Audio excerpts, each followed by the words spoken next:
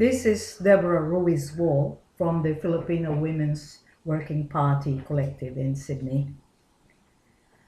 In 2012, Joy Balazzo was given the prestigious Methodist World Peace Award. She's with me right now. What was the background behind this award, Ms. Balazzo? Well, the background of the award was because for the last 10 years, I've been working in areas in different countries where there has been conflict. And conflict between Muslim and Christians, conflict between one tribe with another tribe, and conflict within the community. I tried to make it possible through an intensive workshop that people start to understand each other because I believe that people are created good.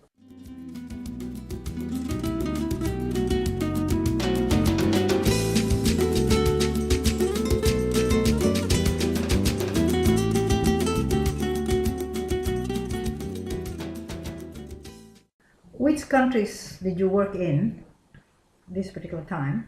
Uh, Over I, the last 10 years, I gather. yeah, over the last 10 years, I work in 8 countries.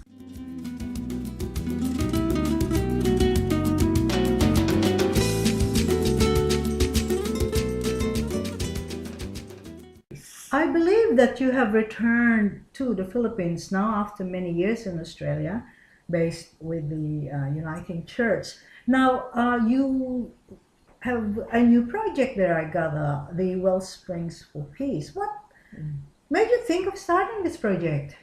Well, after I decided that I should retire, and then of course Philippines was one of the projects that I handled when I was still when I was still doing the job on peace building. I really discovered that our indigenous people, especially the Subanans, are very much really deprived of what they used to have. So I thought, well, while I still have all the energy and some skills, I thought I should put it all there to really help the people of the Subanan people in Mindanao.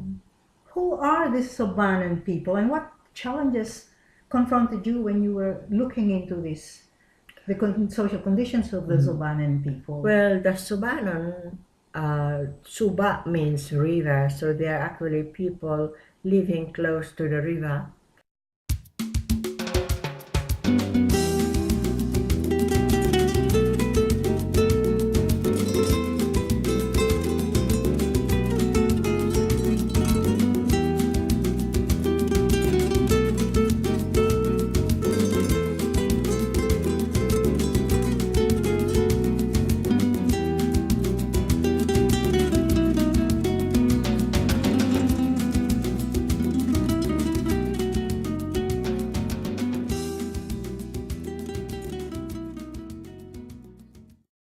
And in the history of the Savanans, they have been really driven away from their land by lowlanders, and the only skills that they have is really as farmers to plant and to raise crops and all that. But because they have no more land, they have nowhere to plant. So they are really having difficulty even for basic needs like food. Uh-huh. So, what challenges confronted your, what steps did you take, I mean, to kickstart this project? Well, I because I have land in the area. I thought I should start with some kind of development.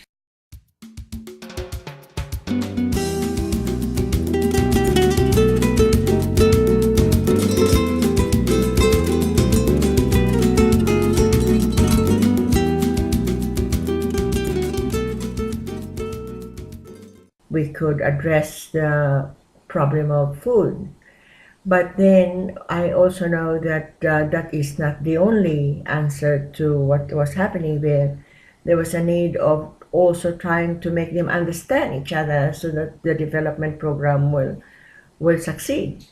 So there was a need for workshop, there was a need for community people to come together and discuss things, discuss what their needs are, And from then on, we started a kind of project.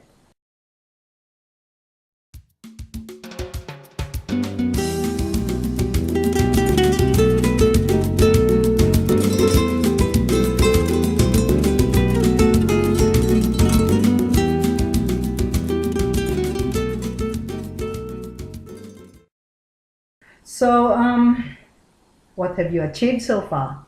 Well, When did you start the project in the first we place? started the project, 2010 was really just kind of planning what to do, discussion with them. But then we needed land, and I said that I had a piece of land, but then it was not really enough because it was not accessible to the. If we have produce, it's not accessible to the road. So we there was a priest who owns the land who said that we could use it 49 years.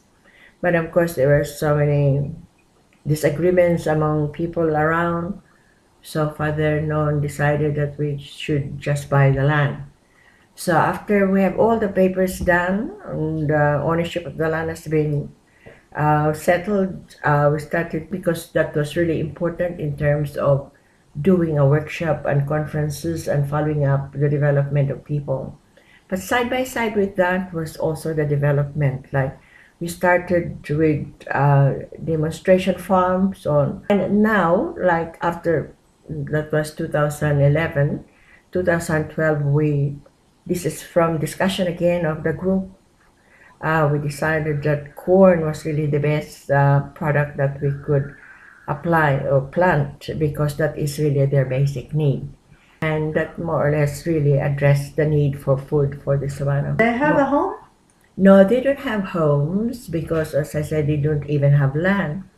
So the houses that they are having now are really just scraps from wherever it is that they can pick up, put them all together, and that's it. That's where they live.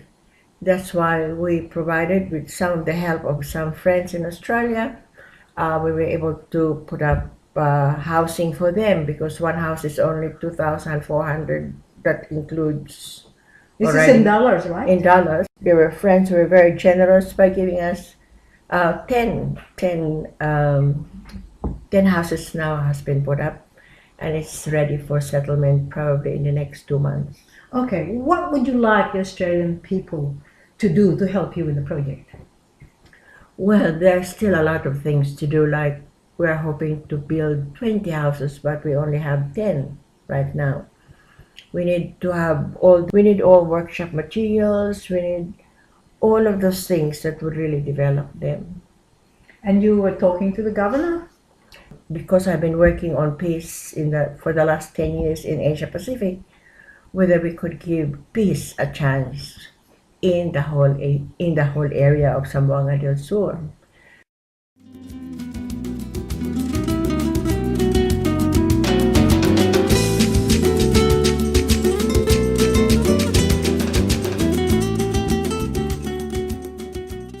Need to have people to go into the workshop.